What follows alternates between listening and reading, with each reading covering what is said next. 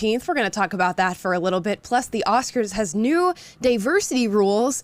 A submarine venturing out to see the Titanic has gone missing. There's a Joe Rogan podcast debate that is possibly happening. And we've got some more news on top of that. Let's get into it.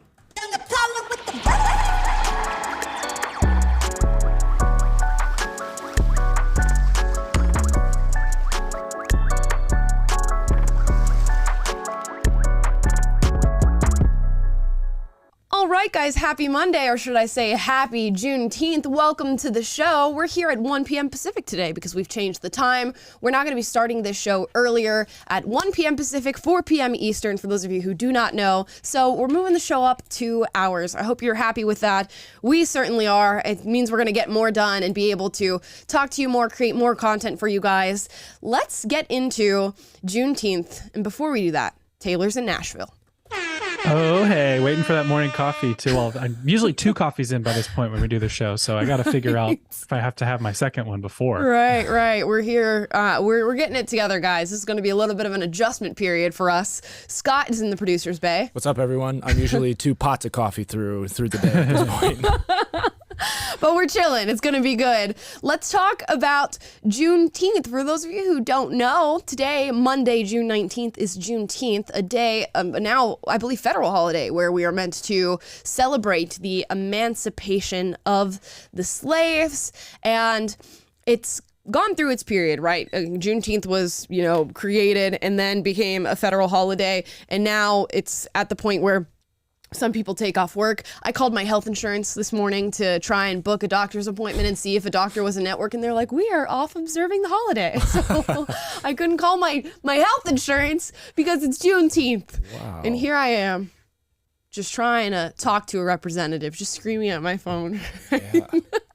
But it's neither here nor there. Clearly, we're working on Juneteenth. We are not observing this holiday currently. Let me know what your Juneteenth celebration looks like. We put out a video over the weekend that says you're meant to create a safe space for people of color to talk about their experiences, to talk about their view of history, how it has affected their life, how the emancipation has affected them and their families, and a bunch of do's and don'ts. You can check that out on our channel here. I want to play this video from CBS Mornings because apparently one of their hosts did not show up because he was observing Juneteenth. Let's watch it. Happy Juneteenth to you. Is it lost on anybody that the only white guy at the table is off today is to celebrate Juneteenth, and we're still here? Glad to be here. We are glad to be here. I hope Tony's enjoying his Juneteenth holiday. Oh, boy. Welcome to CBS Mornings. Meanwhile, we are glad that you have all joined us on this holiday. Tony, we love you. we do. Really love each other. We do. We've got a lot to share with you. Oh my gosh, talk about taking advantage of a day off work. The one white guy was like, yo, it's Juneteenth. I need to go do something to celebrate. And the 3 black hosts are left behind. You know what? If you're going to make it a holiday, that's what you're going to get, right? Is he supposed to not observe it? I don't understand what the criticism is. I don't know. Apparently, you're supposed to let black people observe it, and specifically foundational black Americans. So those who are descendant of slaves should take priority on Juneteenth, as they are most affected by the emancipation, and thusly should have the most privilege when it comes to the Juneteenth holiday. What are you two doing for black people today? I am producing their shows and podcasts. Yeah. I am running the boards. Working hard. Beautiful. Thank you so much. However, I'm not a descendant of slaves, so you have to go find somebody who is and do something about that. So that's your project for today. That's why we started earlier today, so I have time to go do that. Yeah. After the show, that's where Scott and Taylor are going to be. We have another video from a young woman who is telling us what needs to be done on Juneteenth and actually seems to have a problem with the holiday. Let's hear from her. Juneteenth becoming an official holiday felt like a win at first, but now it really just feels like a slap in the face. Like, yeah, people get the day off, but those people are often white people who work in government jobs or in big offices, but people who work in service jobs, like a lot of black folk, have to go to work. What sense does that make? It's like, hey, congrats on your freedom. Don't forget to clock into work today because I'm going to have to go to the grocery store and buy stuff for my cookout to celebrate your liberation. What sense does that make? And some places are starting to use white models instead of black models in their ads for Juneteenth.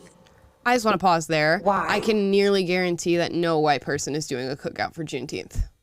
So rest assured that is not something that you have to worry about. I don't think even black people getting the day off for Juneteenth are having a cookout celebration for the emancipation. I'm so sorry. You might find a few. But at the end of the day, to most people, it's just a day off work. I love Scott and Taylor are both making the same face, right? They're just like... Yeah, we didn't even know what Juneteenth was before a couple of years ago. Maybe that's ignorance, but I just feel like culturally it was not a big deal, not something that the average American was in tune with. And then all of a sudden, I guess in the wake of the BLM and George Floyd 2020 stuff, we're all like even more hypersensitive than ever about racial issues. And then all of a sudden somebody decided we need to federalize this and make it a giant deal. But this is the problem. She said it felt like a win at first. This is the problem when you make holidays based on virtue signaling. It's no surprise that it didn't suddenly transform race relations or the Black experience in America, because we're more focused on virtue signaling, or even white people virtue signaling, than actually getting down to the issues, which is kind of her point, but also like, why did we celebrate this at the beginning in the get-go? We knew it was going to end here. Right, and here's the thing. It's not to say that nobody's like proud of the emancipation. Everybody acknowledges that that's a great thing. We're teaching it in our schools. We're having conversations surrounding the transgression of slavery and its emancipation. So that is being done. It's like tacking on a Juneteenth holiday is, again, it's just going to end up being a day off work. And for the most part, that's what happens with every holiday, right? Did anybody really do more than like a social media post for Memorial Day? No, but a lot of you got the day off work. Is the same thing going to happen with like July 4th? Yeah, people are going to say like, Happy Independence Day or whatever, but then they're just going to hang out at home. And that is just what federal holidays end up being. She goes on to say some more. Let's hear what she thinks needs to be done on Juneteenth. And on top of that, what are we actually doing to benefit Black people? There's still no reparations. Maternal mortality rates are still high in the Black community. Still haven't done anything about police brutality. Like, what's the point? A beautiful intra-community holiday became something else that white people swooped in and took for themselves in the name of being woke. So if you're not an African American and you have Juneteenth off, please do something to actually benefit the Black community. Anything. What does that even mean? What are you supposed to do? You please tell me, because then you go and do something and you're like, I'm going to do something for Black people. And then they're going to say they feel patronized by you and it's going to be a whole nother thing. And like, what are you supposed to do? You tell me are they supposed to have a Juneteenth rally or something? Are they supposed to go pay reparations on the day of Juneteenth to some random Black people in their community? Please let me know what is meant to happen on this holiday, because I have no clue. Yeah, I don't know, but this kind of gives the energy of, during the whole riots and everything of 2020 going on. It feels like, there were those moments where we all saw on social media large groups of mostly white people bending the knee in honor and asking for forgiveness for past transgressions. I feel like this is kind of a similar energy that is what is maybe wanted, but not expressed out loud in voice. And like, I feel like that's kind of a weird ask that's kind of hidden in this messaging. And I mean, they've been given every platform to like talk about all these different things. Look at all the reparations task force that are happening right now, where there's just a bunch of Black people all sitting in a room arguing about whether or not it should be $250,000 or $3 million given to each Black American, like to somehow come forward and say that Black issues are not being focused on in the current society when it's virtually everything that anyone is talking about at any given moment. Just really blows my mind. My boyfriend and I went to a comedy show once, to see Tony Rock, and he brought up this joke about Juneteenth. And I am dating a white man from Australia who would have no idea what Juneteenth is, because guess what? In Australia, they don't celebrate Juneteenth because it's an American holiday. So he brought up Juneteenth and looks at my boyfriend and goes like, do you know what Juneteenth is? He's like, no. And he makes this whole joke about like, how are you dating a Black woman and you don't know what Juneteenth is and blah, blah, blah. Because it's not the focus of my life. The only reason I know what Juneteenth is because woke leftists talk about it every single year, and then we have to have a conversation surrounding it. That's literally it. That is literally it. And again, it's not to say that we should not be happy about the emancipation of slaves. It's just to say that I think this holiday functions as just like making it such a focal point and reinforcing this idea of Black oppression in the modern day. Right, that's what it is. They're weaponizing this, what would be an event in history that everyone would celebrate, but instead of portraying it today and celebrating it today in a way that is really about the essence of, hey, we ended slavery, we progressed past this, it's more being used as a weapon to bludgeon everyone over the head with this new racial ideology, these grievances, and we don't have enough reparations yet, and blah, blah, blah. And it's not about moving on or celebrating progress in any kind of way. They've made it about revisiting the grievances and reminding ourselves of how terrible America is and how long it took us to abolish slavery and how bad the Black experience is in modern times. And it's like, this is not what the goal of a holiday should be. It should be aspirational. They should be like uniting, and instead it's just causing more. They're using it to cause more division. So again, like you said, I welcome a celebration to the end of slavery, but we all really know that when it comes down to it, that's not what most of the people pushing this stuff and enshrining it are really about. And that's even evidenced in that first video we watched. It's like, oh, the white guy's off. It's like, let's stop focusing on all that, man. Right. It's just annoying. Everything is becoming racialized.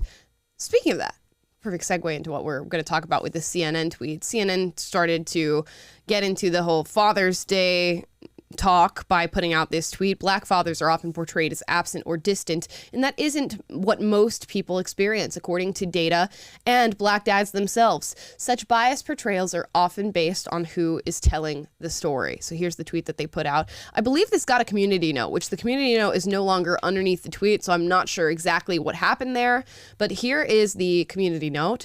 Percentage of children living absent their biological fathers. Black children, 64%. Hispanic children, 42%. White children, 24%. Asian children, 16%. So the percentages are high in every single category, but it is probably worth noting, given the nature of their tweet, that in the category of Black children, the number is 64%, which would in fact constitute a majority.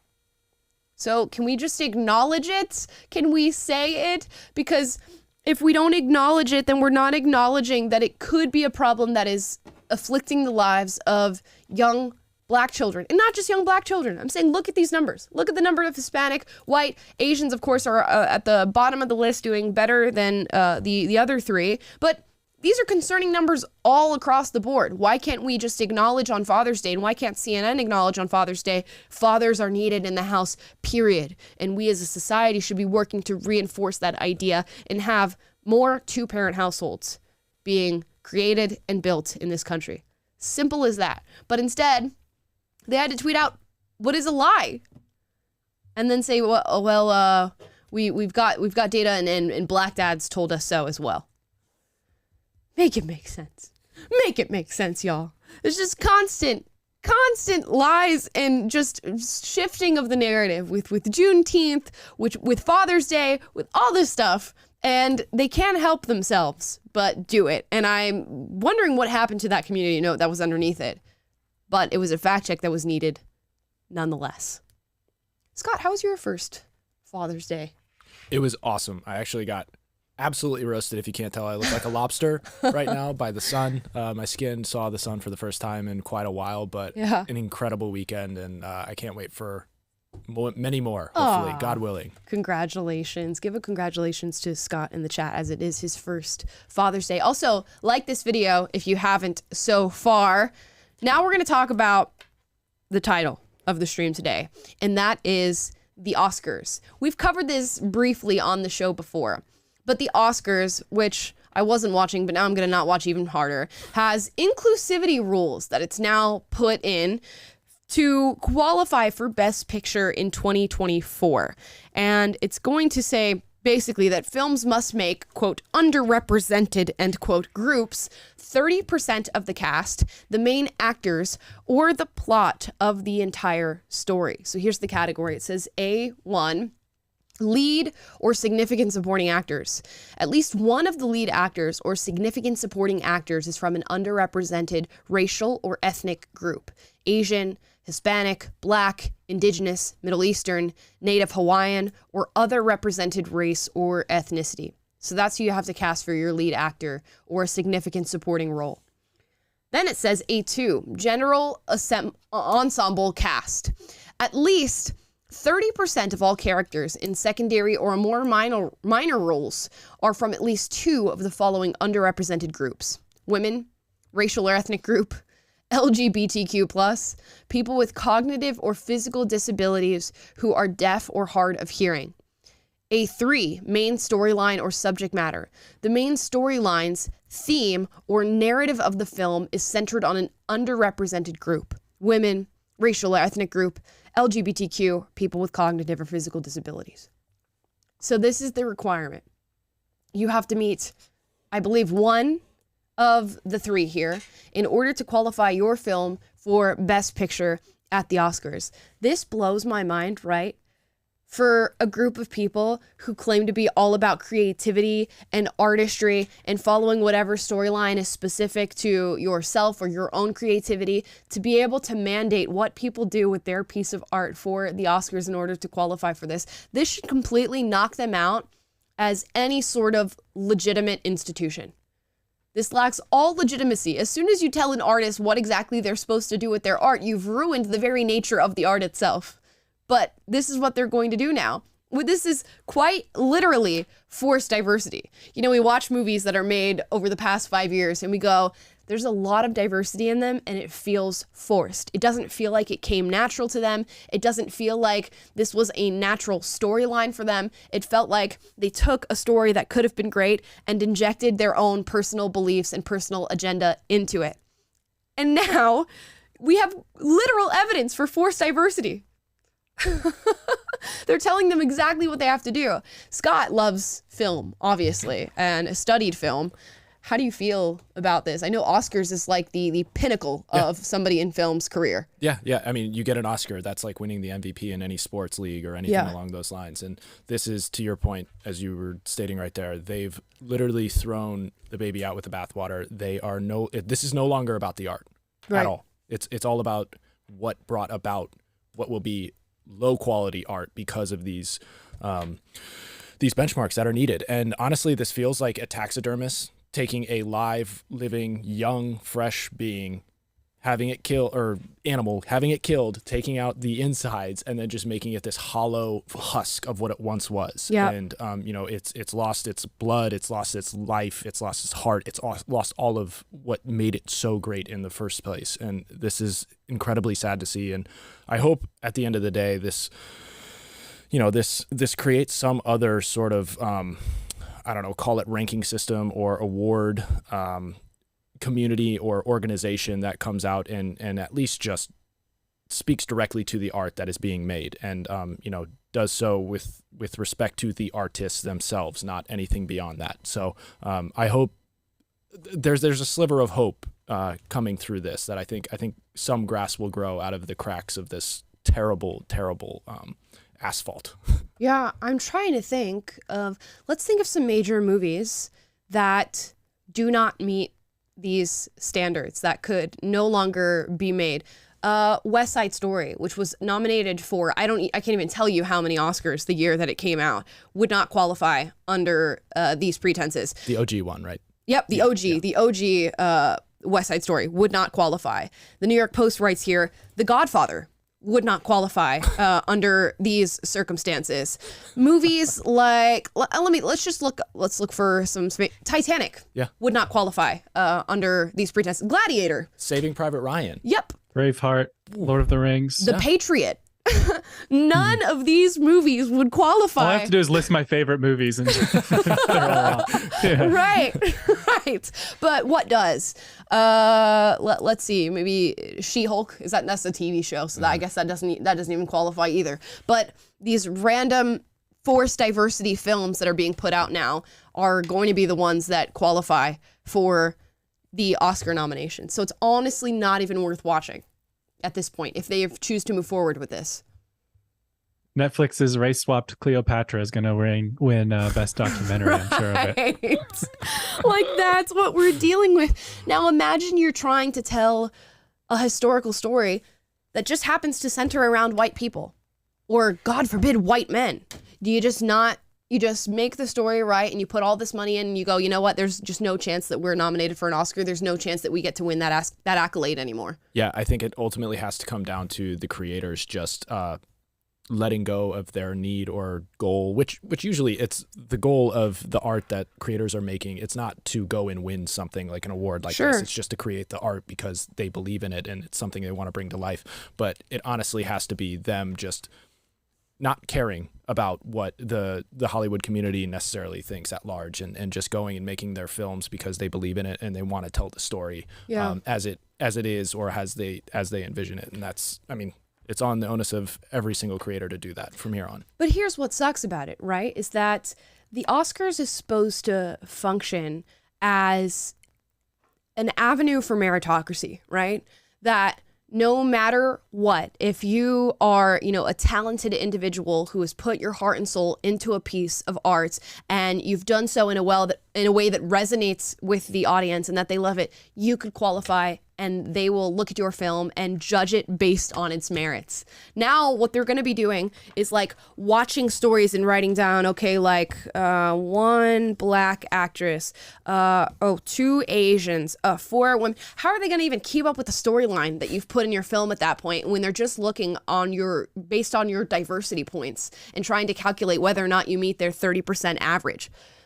It's just insanity. They're literally stripping meritocracy out of an art form. Wild.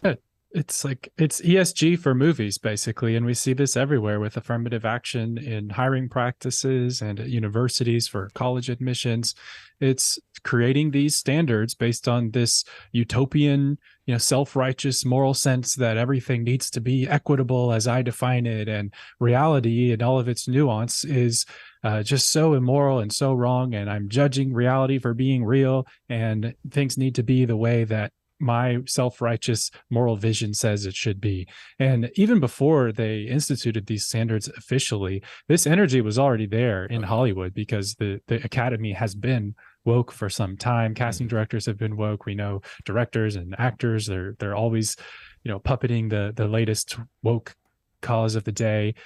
So this is not necessarily anything new, but they are saying the quiet part out loud now with these standards and just saying, yep, you will not be considered unless you have, XYZ representation in your film. And like you said, Amla, that just takes directly away from judging a film on its merits, just like we're taking away from judging athletes or students or employees on the merits of whether they qualify for the job because of this woke worldview that just seems to be everywhere and infecting everything. But it all comes from this desire to impose this utopian, self-righteous sense of how things ought to be onto reality when reality is just not that way. If you just tell stories that are good stories and do so beautifully and tell the human experience and all of its intricacies, or tell history and all of its messiness or whatever it may be, that's going to resonate with people. And that is art. That is beauty. That is reality.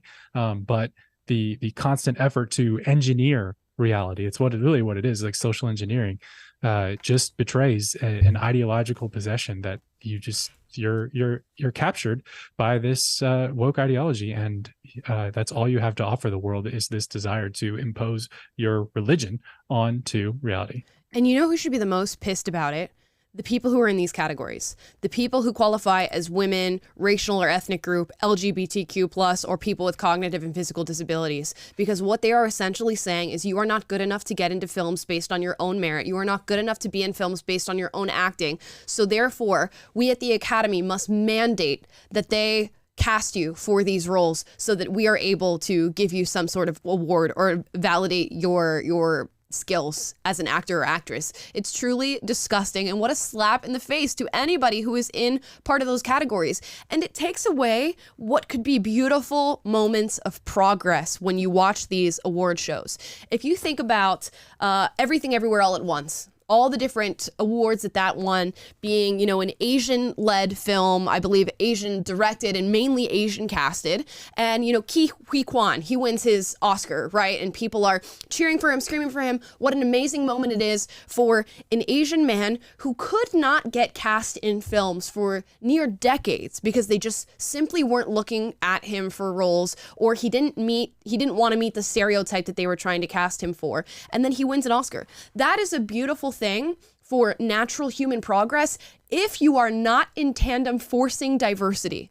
Right. When you are actively forcing diversity at the same time, people are going to look at that major win from him and go, oh, well, yeah, he just got it because he's Asian, which is what's going to happen from now on if the Oscars continues with these rules and mandates. I think of Hattie McDaniel, right? Okay. If you guys have seen Gone with the Wind, if you haven't, it's a beautiful 4-hour film that you should check out at some point. Hattie McDaniel played Mammy in that movie and was the first Black woman to win an Oscar. And here she is pictured winning that Oscar. Is this beautiful if you mandate that Black people win Oscars? No. Does it mean she's talented if you mandate that she's the one who has to win the award? No, it takes away all the power from it. It takes away all of the momentum from this person. I remember walking the Hollywood Walk when my family was here to visit and seeing her star and going like, wow, what an amazing achievement for this woman that she has a Hollywood star on the Walk of Fame, given the time that she was in and the nature of the film industry when she was an actress, and powering through that and doing so gracefully and so beautifully that you win an award. Now, nobody's going to get moments like that because they quite literally are telling you that's what you have to give them. It just sucks. Yeah, her talent shone through in that moment. Like in the most difficult of times, she obviously put all her heart and soul into that character and into that performance, and it won out. And it's like that was the ray of hope that and you mentioned the Asian actor, I'm blanking on his name right now. Kwan, yes, yeah. And like those are the rays of hope that I believe will come through because if you're a true artist, at some point you will have to reconcile these mandates versus the true art. And I think the true art and the love for that creation will win out in the end. But it will take some time because this is pretty damning. Right. And I get why the need is felt there, right? Like in multiple conversations, the through line that I'm finding is like, okay, Juneteenth. Yes, America committed this act of slavery. Horrible, disgusting. There was an emancipation. It definitely should be talked about. It definitely should be addressed. But when you force it on people and say, you need to do something for Black people on this day, guess what? It loses all of its power. And then when people do that naturally, and they're naturally inviting and integrating and wanting to be in these larger melting pot communities with one another, it means nothing because you forced it. The same thing is happening with movies. And there's something to address there. Like if you watched West Side Story when it was put out, or if you even go back to watch it now, there are Hispanic characters played by white people. And they simply just made their skin a little bit darker and threw them out there on the stage and said, do an accent, right? If you watch a movie like 16 Candles, right? There is a Japanese man who's just played by a white guy, and they did this crazy caricature, threw him on the screen and said, do an accent, right? There are things to point out and go, you know what? In the time that we're in right now, with the progress that we've made, with how integrated we are as a society, maybe we cast an Asian actor. Maybe we cast Hispanic actresses and actors for our remake of West Side Story, which has happened, by the way, and is been done now by Steven Spielberg. So there are these moments to create and actually show real progress, but you just ruined the entire thing by virtue signaling. It's crazy. Oh gosh, I don't know why this irks me so bad because I don't really even watch the Oscars anyway, but I love movies. I love going to the movie. I'll go to the movie theater by myself and just like watch something random when I have a day that I have nothing to do. And to think that it's just going to be garbo for the next few years until people wake up and go, hey, this is not okay.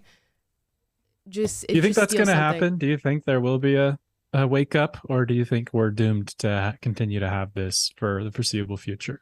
I like to think that like people who consider themselves real artists will never be subservient to rules like this, and will continue to make great things. And when you make something great, people find it. Like there's no way that greatness doesn't shine through the clouded ideas of people who are trying to mandate stuff like this. So I have a feeling people are going to create films. Is it going to be films that start showing in theaters? Is it going to be films that make it to the Oscars? Maybe not. Maybe we're going to see a rise in just independent film creation, and people are going to start listening to that more and watching out for that more. Maybe Sundance becomes, the new Oscars, even though they're super woke now too. But maybe there's another way that people start to gauge what's good and what's bad. Yeah, and I mean most of the festivals out there are warped already, far beyond the Oscars themselves. So they're ahead of the curve. But I think you even look back at, you were talking about these older movies. You look back at call it late 2000s, and you had Slumdog Millionaire, a movie that kind of took over the world with how beautiful of a story it was. And it was like, yes, it happened to be in India in a very poor part, and it showed a story that a lot of people had never thought of, or it was brand new, it was original, it was gorgeous. And I think those are the kind of movies that are far more interesting than to tell and to get out there into the world than necessarily just cramming down all of these benchmarks to hit in order to get something that nominated. Like I just, it blows my mind that those quote unquote artists, one, are okay with this, and two, like, are playing along with it at the same time. Granted, I understand, in order for them to get money from studios and everything, they have to play along with that and have to play the game. They have to play ball to a certain extent. But at a certain point, there will be a breaking point. And I think those artists who are exceptionally open on the characteristic spectrum, I don't think that these rules will be able to contain that openness or that desire to create something beautiful. Yeah. But it will take time. It will take time.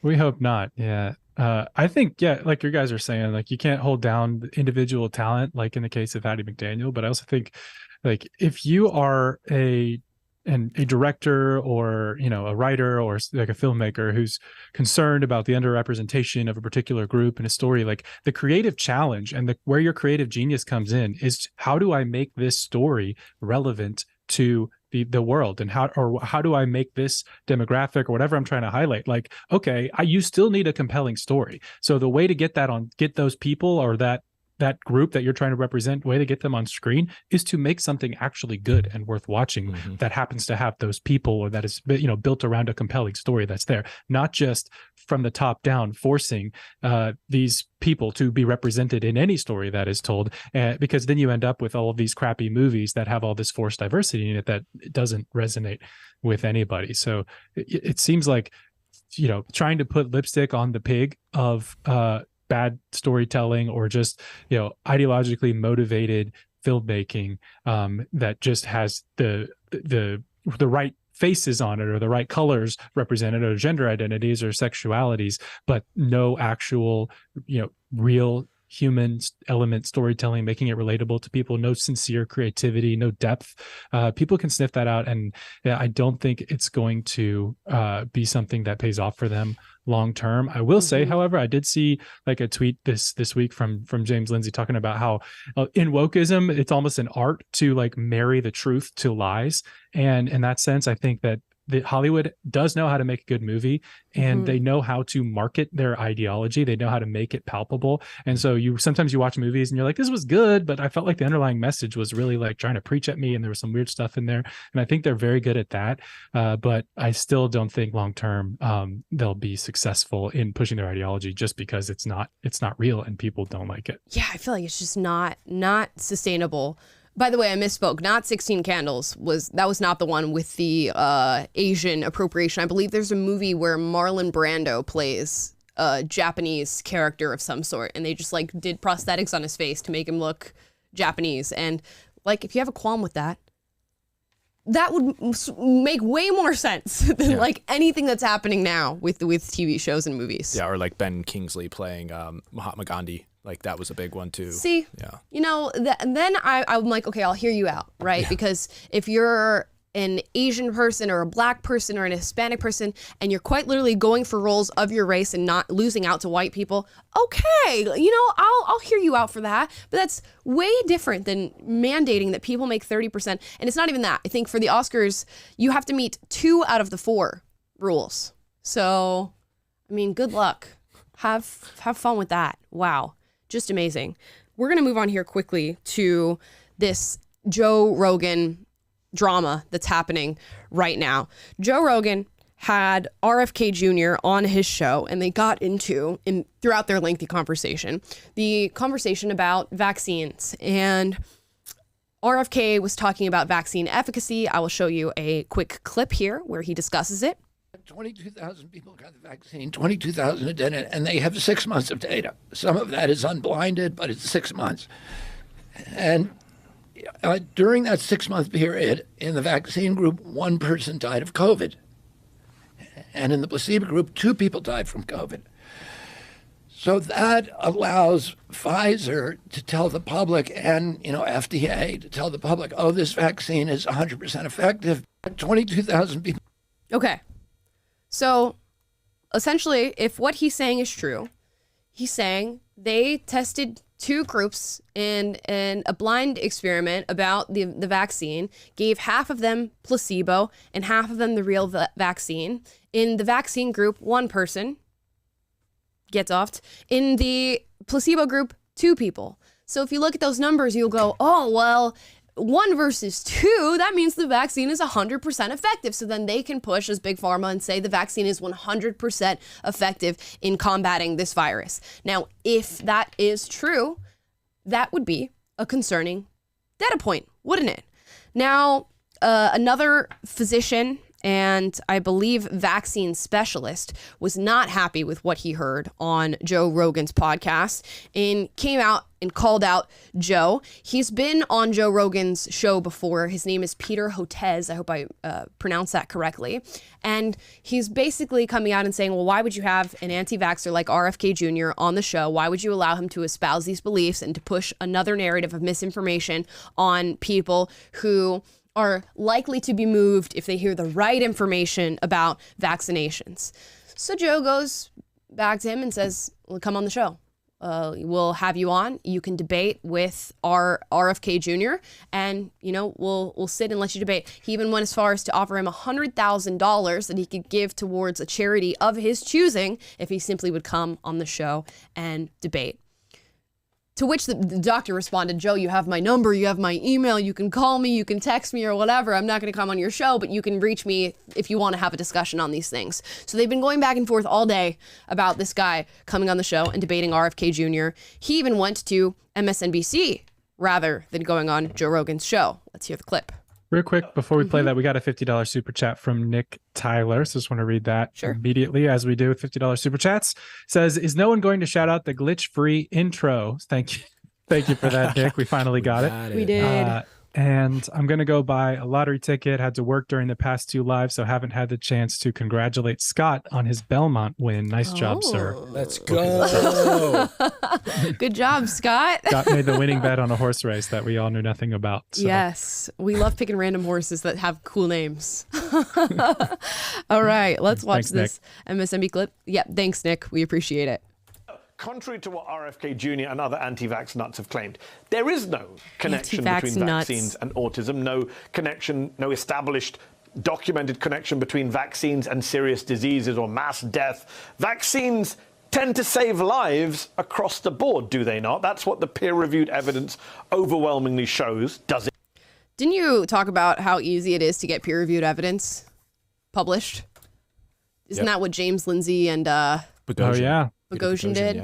Yeah, so that you can just write up a bunch of stuff now and just say, you put it through the system and they'll peer review it. And yeah, they wrote several fake studies about weird stuff, like, I don't remember, homosexual behavior in dogs at dog parks or some weird thing like that, and got it published in some of these journals, peer-reviewed journals, just to demonstrate that they knew if they could say the right things and appeal to the right woke sensibilities, that their papers would get through. So just saying that that there's peer-reviewed evidence nowadays. There's ideological capture in the scientific community, and that's not sufficient to, stake your entire claim on. Exactly. Yeah, and there have been some pretty prominent scientists out there, or people within that arena, within the scientific arena, and so the Weinstein brothers have been very vocal about the deterioration of what the peer review process has become.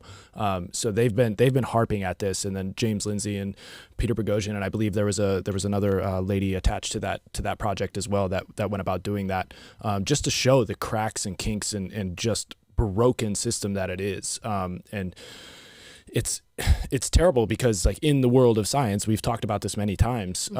It's about the process of everything is theorized and everything is a theory. And in order to find something new, you have to challenge those theories and push forward. But it seems like this peer review process has been just an absolute stick in the spokes of the progress of science in general. And this is just unfortunately a wide open and bold face example of it. They don't want the challenges, which is just so wild. As a doctor who is saying that he's worked, so extensively on vaccines, why would you not sit down with somebody who you think is stupid and wrong to debate them and give the audience that likely agrees with him your perspective and maybe change their minds? Why would you not want to do that? It just doesn't make any sense to me. It not. And people are dying right now from COVID still, because the evidence on COVID vaccines efficacy is being ignored or shouted down on social media. Well, there's three or four moving parts to this. So I'm a vaccine scientist. I make low-cost, patent-free vaccines for low and middle-income countries. We made 100 million doses we made 2 vaccine prototypes that led to 100 million doses being administered in India and Indonesia. No patents, minimal strings attached. So we actually found a way to bypass the pharma companies, and yet RFK Jr.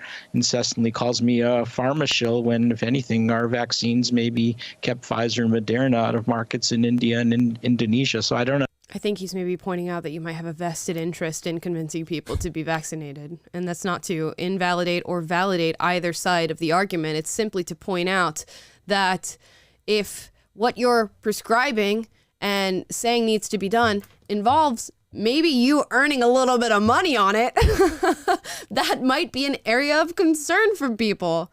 That's just crazy. Crazy. Understand that piece. And then the reason I got involved with RFK Jr. in the first place is I have an adult daughter, Rachel, who has autism and intellectual disabilities, and wrote the book Vaccines Did Not Cause Rachel's Autism, that refuted all of his false claims. And that's been, he's been kind of after me ever since then. And now he's at it again. But this time, Elon, this time, Eddie, it's caused something really terrible, and that is during our COVID pandemic. I have a new book coming out that basically says 200,000 Americans needlessly perished because they believed the anti-vaccine disinformation and refused to take a COVID vaccine during our Delta wave and BA1 Omicron wave in 2021-22 after vaccines were widely available. So the point is, anti-vaccine disinformation, it's always done a lot of damage and harm, but now it's a lethal force in the United States. And that's why we have to have that discussion. And I offered to come and go on Joe Rogan again. I've been on a couple of times and have that discussion with. But he won't take the $100,000 offer to be on there and sit across from RFK Jr. Sus. But not to turn it into the Jerry Springer show with having RFK Jr. on. Right. Well, it's sad because I said I'm so fed up with the debate me, because it's not really about the debate. If it was about finding out information, as you said, you've already written about vaccines and autism. You've already spoken and written about COVID. Oh, you wrote about it, so don't ever defend it on a public forum. You wrote about it. Go have them buy the book, right? Go do your book plug on MSNBC, right? Because that's where they can hear your argument, which is completely written in your own wording and lacks anybody talking back or giving any sort of dissident opinion. Just read the book, guys. Vaccines. I think you've been on MSNBC and other channels hundreds of times since the start of the pandemic. People can hear your views and the evidence you bring to this. So they're not actually interested in evidence. And it saddens me that you're a man who basically has saved lives abroad with the vaccines you've developed, whereas RFK has contributed to a culture, a vaccine misinformation culture, that has led to the deaths, as you say, of hundreds of thousands of lives, and yet he's the one being celebrated by tech billionaires. The old grandma killer insult. We know how well that worked during the pandemic. We know how effective that argument is. Like Musk and Jack Dorsey, while you're being smeared and defamed. And I would say, I don't know if you've agreed to debate or not. My advice is not to, and people might find that surprising because I wrote a book about debate. But I just think there's a time and a place for a debate. I don't think a historian of World War II. We have 2 books, guys. Did anyone on this segment write a book? I don't know. Oh my gosh. Can we go buy it? Is there a place where we can win every argument, The Art of Debating, Persuading, and Public Speaking by Mehdi Hasan that he doesn't actively use in his real life because he refuses to debate and also encourages other people not to debate for $13.47 hardcover on Amazon? All he wanted was the book plug, so I figured I'd do it for him on the show. First chapter is don't do it. Right, literally. It's just a blank book. There's nothing in it. A Holocaust denier. That's my analogy here. Like, I don't think these debates between experts and cranks do anything other than elevate the cranks. Crazy. If you didn't hear that last part, he just made the connection, his own personal connection, that if you are somebody who is anti-vax or vaccine hesitant, that you are analogous to somebody who denies the Holocaust and therefore should not be actively debating people who are skeptical of your opinion. Insanity. But yeah, don't go and debate on Joe Rogan's show. Don't go debate RFK Jr. It's not because you're wrong, right? It's because they don't deserve the time of day. Even though millions of Americans and, people all over the world agree with them, share their perspective, and more importantly, share their skepticism of this current scientific community, they're cranks, right? They're nuts. They're wild. Somehow millions of people who all share this opinion are just crazy. His whole energy is literally what creates vaccine skepticism. When you have this airtight narrative that only ever gets spoken out from every possible platform and is never allowed to be challenged, and you're a crank or a misinformation spreader or whatever, an anti-vaxxer, if you ever question any of it, this is the reason why people have to go to alternative places, because you won't allow your ideas to be challenged on your forum. This whole energy here has just been like nonstop mockery, casting aspersions, speaking very confidently, and very quickly and making all these points, but it's all just a bunch of mental gymnastics to avoid having your ideas confronted in a direct way and having to see which one is going to win, and the claims that have been made on his platform, will they be refuted by somebody? Because Joe Rogan is not the expert in that situation, but Joe's like, hey, I had this guy on and he said a lot of things and some of them made sense to me. I pushed back a little bit. I had this guy on. Some of his made sense to me and some of them didn't. This is one of the largest platforms in the world. Why don't you guys come together and let's hash this whole thing out and let people decide for themselves? That's how it works in a functioning free speech society. But that's not what this guy wants. Mehdi Hasan wants. He wants a institutional narrative that he can hand down and him and all of his media buddies can just impose on the world and never have to be questioned. Right.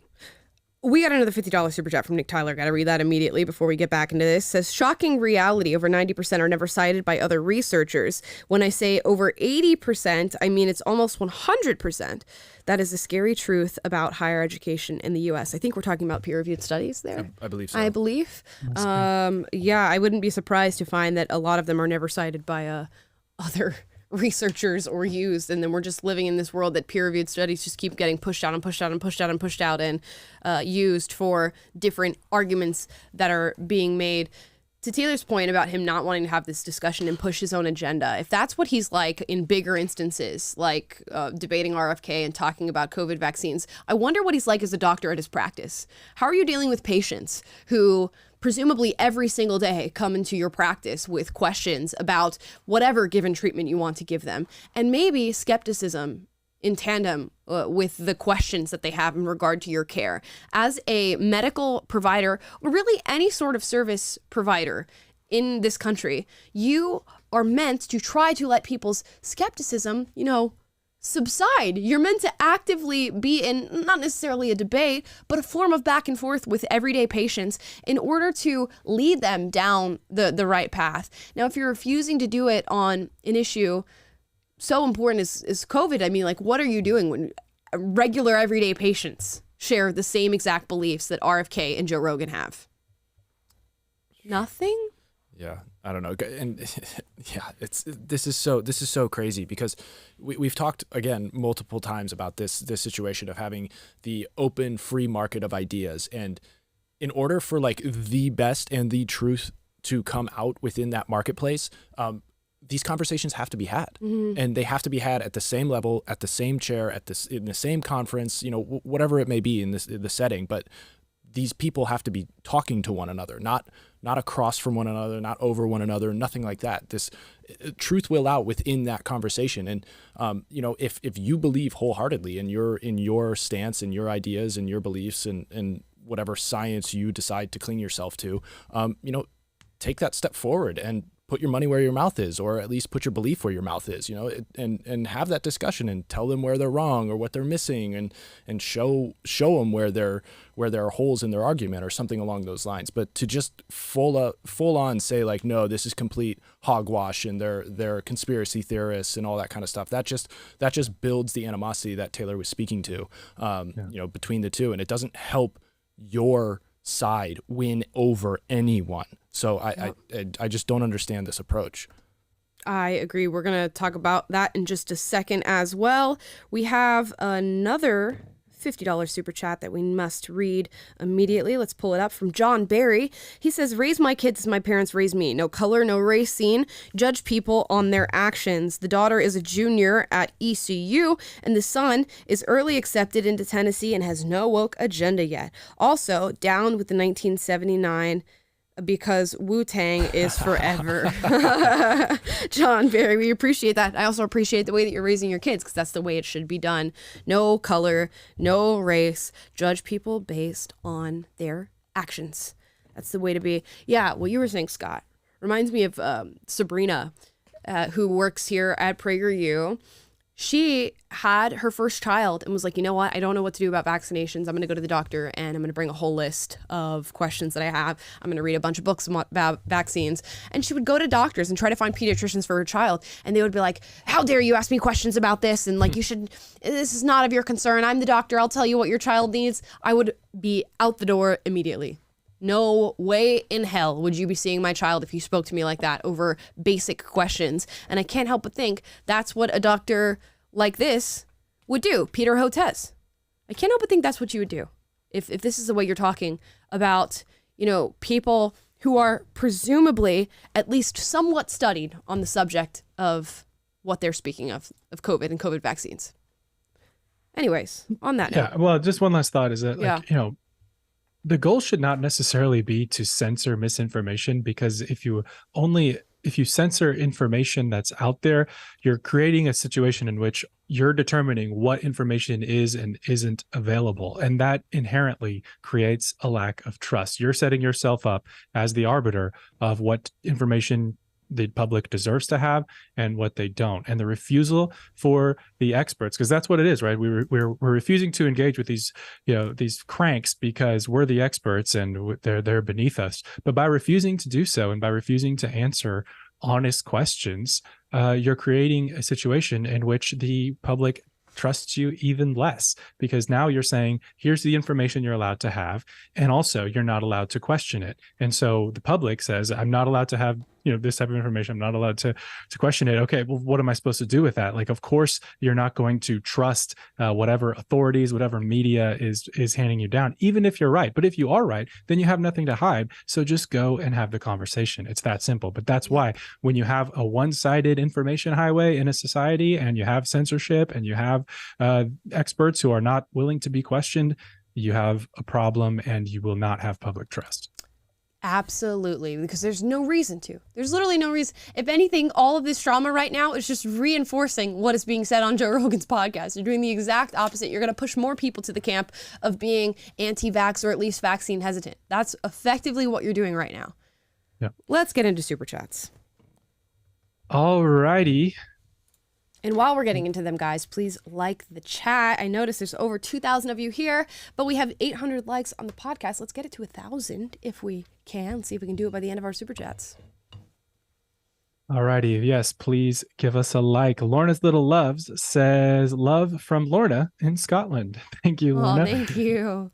Imagination Junkie says, couldn't listen live on Friday. Here are 3 things I wanted to say while listening later. And then gives multiple super chats for each one. So let's read them. One, happy birthday, Amala. Hope this is the best year yet. If you guys missed it, it was Amala's birthday on Friday. Kind of had a party stream. Go watch that if you want. We gave her a get well soon balloon because the DoorDash guy messed up our order. Well? And Imagination Junkie also says, 2, a con is a fan convention. San Diego Comic-Con is the most well-known. Dragon Con is the best. MO, I personally would never take a toddler to a con. Somebody guessed that. Did you guess Comic-Con on Friday's show? I said conference. I don't remember. Somebody guessed it. Somebody did. Okay, so it's good to know. That's Comic-Con. But I did see a lot of comments, people mad at us for not knowing that. Like, I'm kind of disappointed in us because we weren't in tune with the con culture. Yeah, so I'm sorry. And last one from Imagination Junkie says, 3, I'm probably one of your oldest listeners at 52. Love the show and love the fact that you're gently distributing red pills to young people. I wish your show had existed when I was your age. Oh, amazing. Thank you so much for watching. We greatly appreciate it. We have quite a large age range on the show. On Friday, you guys put your ages in the chat, and it was like 13, 27, 45, 65. There's ages all over the place. So that's always fascinating. It is, and I like the phrasing of gently distributing red pills. You know, we do try. Again, it underscores what we were just talking about, like the gentleness, the willingness to, hey, give the information to people in a way that is compassionate instead of just saying, here is the right way. You're not allowed to question it, which we've been talking about today. We offer it to you. We leave it by your bedside, and you can take it if you want. Yeah, a sports analogy would be like, instead of just dunking on it, we do a cute little finger roll. And you might not be the oldest. LaDonna Martinez says she is 74. Wow. LaDonna, thank you so much for watching the show. That's awesome. We'll see if anybody older goes in the chat down below. We'll see who our winner is. So far, it's LaDonna Martinez. All right. Let's see if we can beat her, but that's awesome. Alex says, hey there, guys. Happy 23rd birthday, Amala. Thank you. Sorry I missed Friday's episode. Can I get an Ayo Shotty from Amala? I listened to Friday's episode today. Ayo Shotty. Is that like a thing, or was that just like a random request? I don't know. Okay. I don't know. Well, Madzilla Rar says 83, but your name is Madzilla Rar, so I don't know if I believe that you are 83. If you are 83 and RAR is in your username, what are you doing on the internet? Where did you find this? I'm curious. You let me know. Patricia McCoy says she's 75. Hey, look at that. Look at that. Black Bouquet says, my boyfriend, half black, didn't get the day off work, but the company he was doing a job for did. He works in geotechnical construction, so he works outside. See, that's the thing. I think, what is it, federal holidays, it's like, the post office, all government, agencies and entities, those are off. Yeah. And our schools? Sometimes? I don't know. I don't know about schools. Are kids getting days off for Juneteenth? But I do know. You lucky ducks. Is the market open today? I haven't checked. I think it's closed. I think I got a notification. Usually the markets follow that as well. What I know is my insurance isn't open. Were you doing a lot of domestic things today, like doctor appointments, insurance things? I was literally just trying to call my insurance to go to a dermatologist. That's literally it. I was like, you know what? I want to get a facial. How do I go to a dermatologist? And they wouldn't answer. So it's cool. Thank you. I'm so happy we're celebrating Juneteenth today. Thank you so much. That's systemic racism if I've ever seen it. Alive and well. Let's see. Alex again says, what do you guys want to bet that the left is going to push wokeness so far that they will start saying no more whiteness in this, that, and the next thing? They kind of already are, aren't they? Yeah. Isn't that what they're doing with the Oscars? You start with 30%, then it's 50, then it's 75, and then you're done for. In so many words. You're out of here, whiteys. Diversity literally means less white people. Yeah, so that's literally all it means. Tragic. Frank Mayen says, Amala, if you don't marry me right now, I'm going to get mad. Lol, just kidding. I love your show. Keep up the good work. Glad you're just kidding. I will keep up the good work because I can't marry anybody right now. So sorry. Taken. Bioid Muse says, this is the start. They want control, not freedom of creativity, not freedom of speech. They just want to control us. Yep. It's just so sad. I don't know what movies are going to be like. And then it's just, I just have a feeling it's not going to land. Like, it's just not going to land. People are going to continue to make good movies, I hope. Every now and then a good movie comes out and I'm like, okay, the fire is still there. Yeah. McGup says, I was waiting for some department store to have one of those holidays white sale for Juneteenth. Have a white sale? Yes. I wonder what that would look like. I was waiting for some department store to have a white sale for Juneteenth. That's basically what it's saying. Like selling white people? That is a good question. I'm not sure. I need to know the logistics of that. I have heard of it. Wasn't there like bake sales that was like different prices in schools, different prices for minorities and stuff? I have heard of that. Yeah, Remember where that? it was like, what did it say? Like 25 cents for black people, 50 cents for Hispanics or something. And it was like $1 for white people. And then it was like $1.50 for Asians. Oh. Something crazy. Something crazy. What a world. Silver Dollar says, do you guys have any comments or info regarding increased military presence in dozens of U.S. cities? Training or drill for something we don't know? I don't know anything about that. I've not heard anything. Have you heard anything about that? I haven't, no. No. Oops. News to me. That's news to me, brother. I know National Guard has been called to multiple different areas over the past 2 years for certain issues, but I don't know if that's exactly what you're referring to. No clue. We'll have to look into this. I hope they're going down to the border cities, but I don't know about the rest. Doubt. Highly doubt. Doubt it. Doubt it.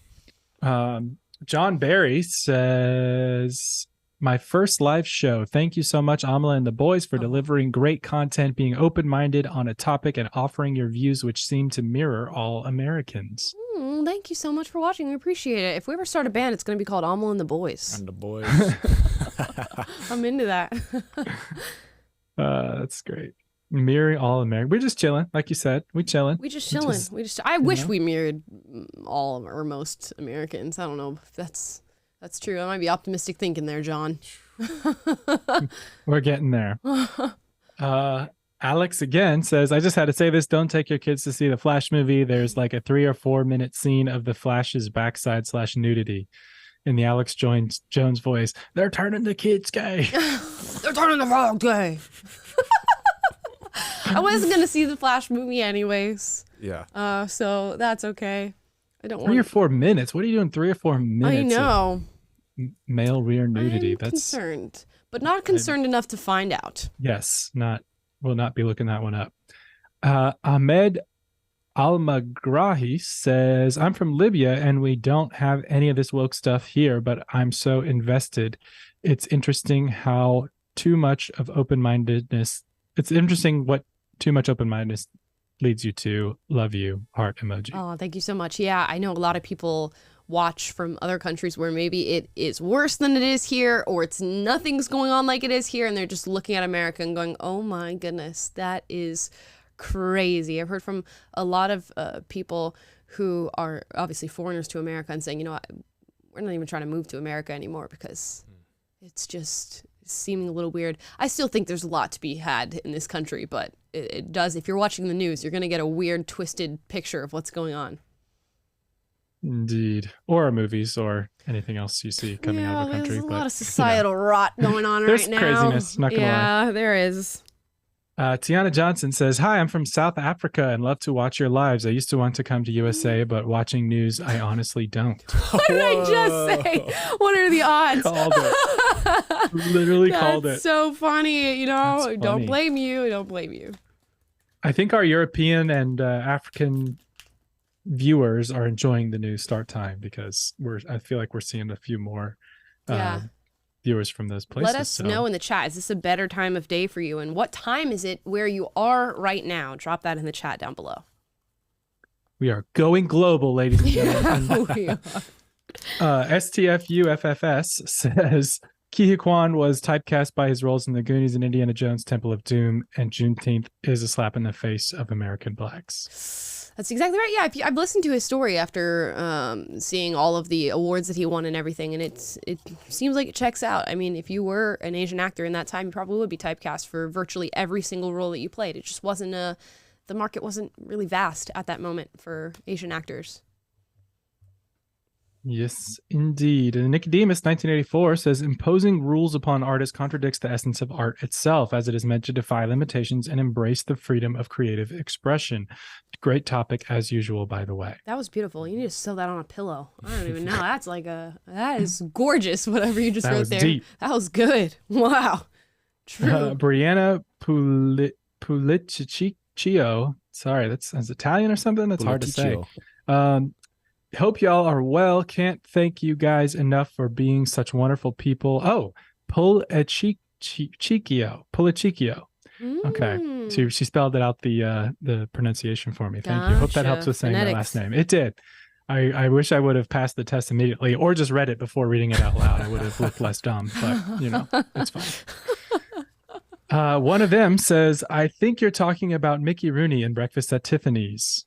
Maybe. Oh, there's also that one. Okay, hold on. Let me look. I will know as soon as I see the face. The Marlon Brando one wasn't. Let me see. Mickey Rooney in Breakfast at Tiffany's.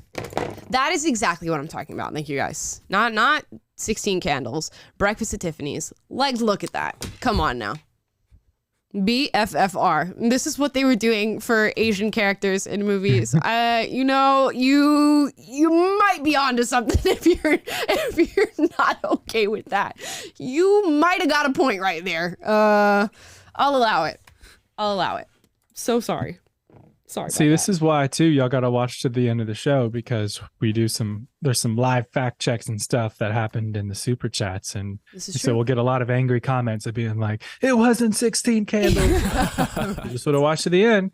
Automatic correction. We always get there. You guys keep us honest. Thank Unlike you. the media. Sam I Am says, thank you for all your dedication to proclaiming truth. Amala, I pray you continue to follow the truth and accept God's gift of salvation. Thank you. I appreciate the proselytizing super chats. We love it. Sup, my dude says, dating question. If I'm on a date and the woman constantly flatulates and blames the ghostly spirits of the bar, should I look for someone else? Maybe. Depends on where you're at in life. What's going on in your life? How are you meeting standards? If not, might be a perfect candidate. So, my dude, are you sure it's not just a speaker playing 1975 songs in her pocket? You're fired, Taylor. Effective immediately. If you guys don't know, my dude usually insults the 1975 Amala's favorite band in his super chats. So I had to do it for him that time. If you guys also don't know, Taylor will not be on the show come Wednesday. Yeah, this is Taylor's last day. Time here is done. Karen Cueva says, first super chat ever. Happy late birthday and Father's Day to the crew. Question, have y'all seen Plandemic or Zeitgeist movies? I have not. Actually, I've seen the Zeitgeist, the first documentary. I believe there's multiple of those, but I watched it a really long time ago. I can't even recall all the different things that were featured in that, but I have not seen Plandemic, no. Yeah, neither have I. Yeah, I haven't seen either one. Sorry. Just another bookworm says, hi y'all, first time catching a live. Love your content. As a white girl in a biracial family, I find this diversity push quite annoying. On another note, happy belated birthday. Lots of love from NC, North Carolina. Thank you. Yeah, we all hate the push for diversity. I can't tell you how many people of color walk up to me and say this diversity stuff is crap. We don't like watching it. And it's not like everybody's like, oh, it's just white people who hate it. It's not true. There's so many people of color who hate what's going on right now. So many. Mm-hmm. Just like there's a lot of gay people who hate the pride demonstrations every year in June. So yep. Imagination Junkie again says, on today's topic, when the Academy released these rules, I wrote a furious post on my Oscar blog. I never publish another. How can I dream of winning an award if I can't be sure I won for my talent? It's a great conundrum, isn't it? You can't be. Yeah. One of the things too is, I think you touched on it, Amala, but how they don't even see how much the mental health issue and crisis out there is in full bore right now, right? So like how much mental health issues and in the future are they creating right now with maybe messing with people's ideas of who they are and who like what their talents are and what they can do, and if they're throwing this in the mix of it all, like are they even considering, hey, what are we doing to these people down the road? How many dreams are you crushing, huh? At the academy? How many? How many identities are you throwing down the toilet by making them identify by these stupid, superficial characteristics? Riddle me that. And it is, I sympathize too, because for somebody who, if you're passionate enough about film and movies and stuff to like have a blog about it, and people who go just invest their whole lives and career in this industry, and it's just being completely poisoned by this ideology. It's, as Donald Trump said, everything woke turns to shit. The nail on the head. Be true. Okay, 1800 Young Trash says, "You're a Labor Day baby. Happy birthday." Are you a Labor Day baby? I don't get what that. I think they're talking about conception. Oh. Oh gosh. I still don't know how that would make sense. But sure. Yeah. Thank you. Thanks for the birthday wishes, at least. Patricia Weiss says, "Bruh, drank too much vodka lemon. It's too hot here. I have no idea what this is all about." You fit right in. Sounds like you're having None a of good us know time. Yeah. Nick Tyler says, "My previous super chat was obviously not peer reviewed, given how I forgot to say peer reviewed papers, 90% then 80%. I blame the 1975. Happy belated birthday, Amala. I hope you had a wonderful day full of friends and dancing." Aw, thank you. I did indeed. Lots of dancing. Patricia again says, "I know I'm going to regret this, but have a nice day. You're doing a great job, all of you." Why are you going to regret it? I think she's referring back to drinking too much vodka lemon. Oh, okay. Oh. Yeah, you probably will. That's actually accurate. Peer-reviewed studies say so. Just mix in a few waters here and there, Yeah. Mm-hmm. The Outlaw Feminist says they need to drop sex workers under the LGBTQ. Sex workers, and then in parentheses, strippers are now sex workers, meet all criteria of that umbrella, marginalized, in constant danger of sickness and death and suicide. I think they need to get rid of all of the acronym altogether. So I can't say that I support that, but I do see the point that you are making. I think no acronym is the future. Hopefully. It's the better future.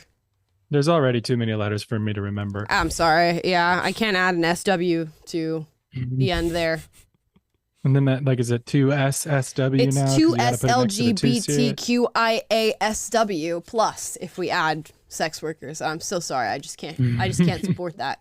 That reminds me of the kids who memorize like pi beyond 3.14. I think I know pi. I think I know quite a bit of pi. Do you know? Does anybody else know? Okay, wait. I think it's 3.14159265358979323646626.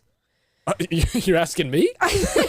Yeah, you asked like a trash. You could have been making up numbers. You guys can fact check that. I went a little blurry towards the end. You guys let me know if the end of that was anywhere near accurate to what pi is, but I think it is. Why did you know? Why did you memorize that? I don't know. When I was like 11 or 12, I like had a printer at home and I printed out pi on a white piece of paper and just started reading over it for like, way more time than I should have at that age. Wow. That's impressive. Funny. Very dirty and dumb. Interesting. Okay. I mean, I just spent like 2 hours the other day doing a map of Europe and filling in all the countries until I could do them all because I realized I didn't know them and I just wanted to know them. Yeah. So I guess I could sympathize with having like weird quirks to want to memorize things. Know things. That was impressive. Thank you. Thank you very much. Francis says, "Morpheus, I'm trying to free your mind, Neo, but I can only show you the door. You're the one that has to walk through it." Gently placing the red pill by the bedside, as we said before. Have you even seen The Matrix, Amala? I have. Okay. I didn't love it. I'm sorry, guys. Maybe I need to go watch it again, but I did not love it. I was not astounded, as many seem to be, by that film. Well, sorry, if you watched guys. it in 1999, you would be. Yeah, exactly. Tula Helena says, what is the best way to fight against this ideology that forces transgenderism and pride in general onto kids, in your opinion? Happy late birthday. Just tell the truth and don't buy their products. That's literally about it. Just do whatever you can in your normal everyday life to combat it being a part of your life. I'm really just starting to believe it comes down to the individual. If you don't support something, just don't support it individually, and talk about it as much as you can, have conversations surrounding it, and if it is a problem in your community, speak out against it. But for the most part, just safeguard yourself in your own mind. Well said. Nick Tyler again says, I am 1,975 years old. I think that's a 1975 reference. Clearly. Yet again. Love that for you. Love that for you. Gina Leone again says nothing, but sends a super chat. Thank you, Gina. Thank you. Jess the Mess says, a new movie on Netflix worth the watch is Extraction 2. The first one was good also. Oh, yeah. I didn't Never heard of it. It's a Chris Hemsworth. It's like an action movie. Yeah. Chris Hemsworth. The first one was actually pretty wild because most of the shots, there were only a few of them, but they were all tracking, similar to 1917, how it was like, it seemed to go and flow to be all shot, in one shot. Yeah, so the action sequences in that first one are pretty mind-blowing. Yeah, and I think it was the first movie directed by an actual former stunt choreographer. So he literally has the mind of what the stunt men would be doing and everything. So I haven't really watched a Chris Hemsworth movie that I can think of. Actually, no. He was in the remake of Red Dawn. I seen that. Oh. That was it. No, so it was all right. It was all right. The Wolverines. I always loved the original Red Dawn, so I watched the new one and I was like, it wasn't horrible. I never saw either one. It's good. He was in Cabin in the Woods. Film. That was a good movie. So if you wanted it, way Cabin back in the Woods. early to late 2000s, Cabin in the Woods. If you want to feel Drop your favorite Chris Hemsworth movie in the chat. If you want to feel super patriotic, watch Red Dawn.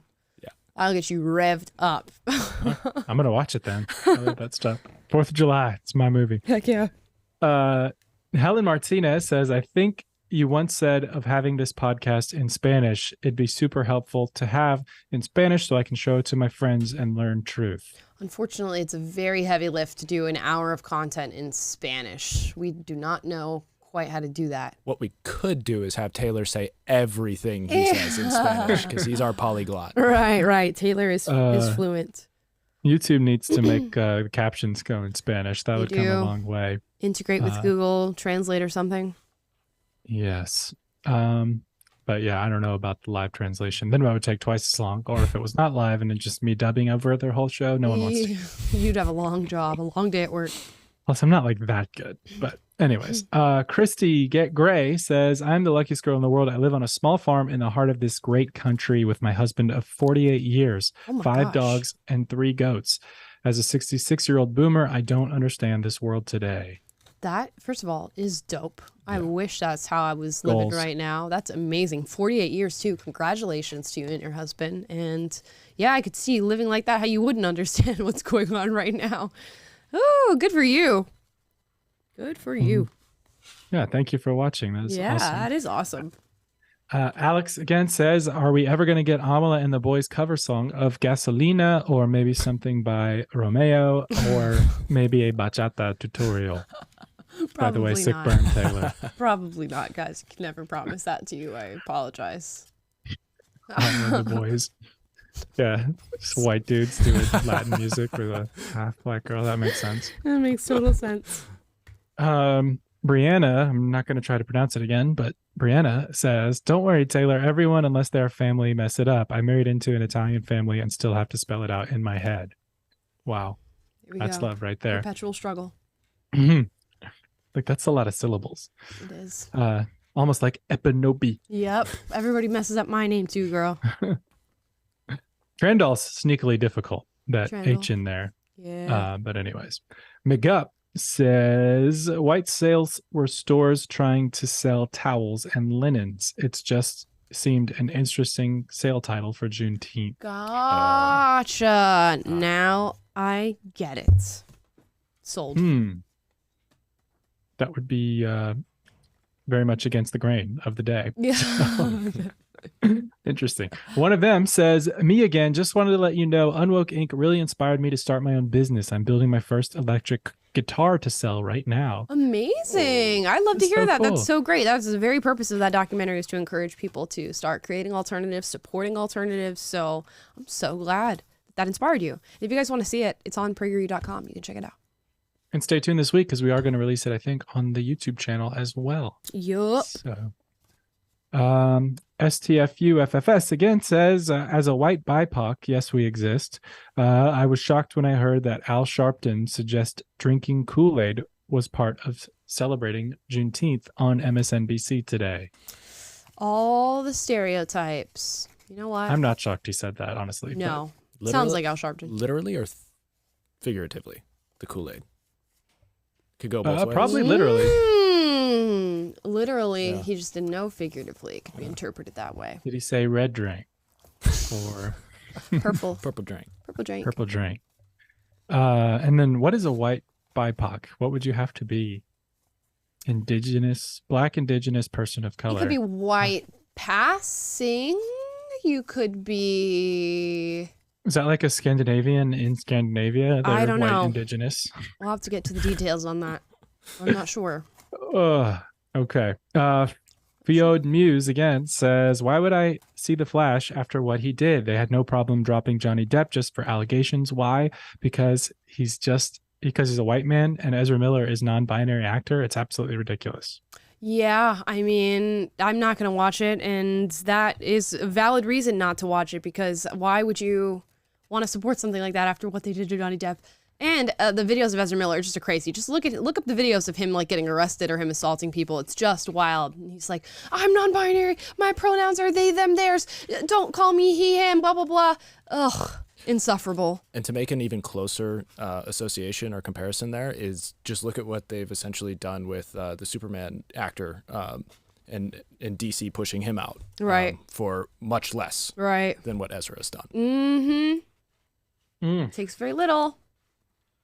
Indeed.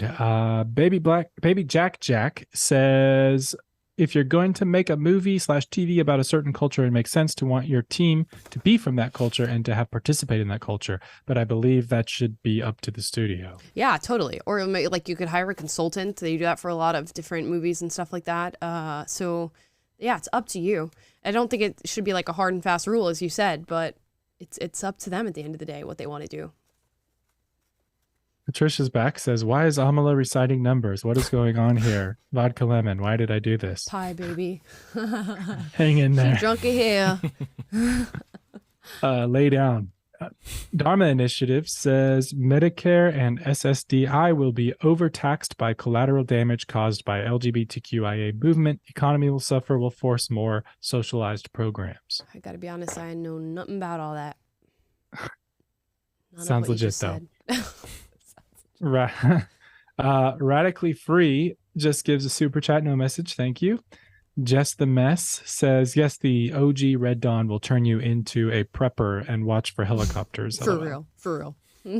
When they're like all struggling and everybody's invading. Oh my gosh, I won't give any more away. But yeah, that movie goes hard. Pedro says, love the show. Shout out from your local delivery driver. I'm still mind blown on the moment we had yesterday. Yeah, I did. I met so many of you guys that watched the show yesterday, so it was very nice to meet you. It's happening more and more often, which is just mind blowing to me. The Inner Light says, Jordan Peterson had James Lindsay on recently. Highly recommend. Would love to hear your take on James Lindsay. I've been binging his new Discourses channel for a month now. Best wishes to you guys and your audience. Taylor, take it away. No, I recommended him the other day. I like James Lindsay a lot. I mean, he's a little bit shoots off the hip on Twitter. If your only impression of him is his Twitter, then you're probably not seeing how rich and intellect he is. But if you listen to his podcast, the dude can unpack some deep intellectual stuff, and he really digs down into woke ideology and everything behind it. And I usually listen to like one every few weeks and like have to pause every few minutes and just digest what's being said because it's so intense. But yeah, I do recommend, and I haven't watched him on Jordan Peterson yet, but I really want to. And Taylor has interviewed him. You can check that out at prageru.com. Mm-hmm. It's a video that exists. Gina Leon says, me again. I meant to wish you happy belated birthday. Thank you for all you do. Oh, thank you. Appreciate it. And Radically Free says, have you watched The Chosen, Taylor? What did you think of it? I was saved and appreciate you specifically for making me think of God. Blessings. Have you seen that? That's awesome to hear that that you're going through that now, but I have not seen The Chosen. I've heard about it. It's like Scott, do you know anything about it? I know it's like a popular Christian show, but I haven't really seen much. I've seen some people I follow on Twitter mad about certain theological things. Seen other people really excited about it, but I haven't really checked it out yet. So yeah, I don't know. I'm familiar with it, but I haven't watched it either. And I've heard the same things you have. I'm always a little hesitant to dive into any of those productions or anything like that. I at least let them breathe out there in the open. I kind of want to gather the takes on, at least from a Catholic perspective, what it is before I dive into it and sink time into it. But yeah, most of what I know about it is similar to hearsay. Yeah. But anyway, we'll have to check it out. And congratulations on where you're at with your faith journey. And I'm honored to hear that I may have encouraged you in any way. So super cool to hear. Thank you. Gina again says, I'm going to go broke if I keep correcting my typos. don't correct your typos, we need to sign off Just here leave so she doesn't enter your bank account in our super chats. And I think we got one more here, or a couple more.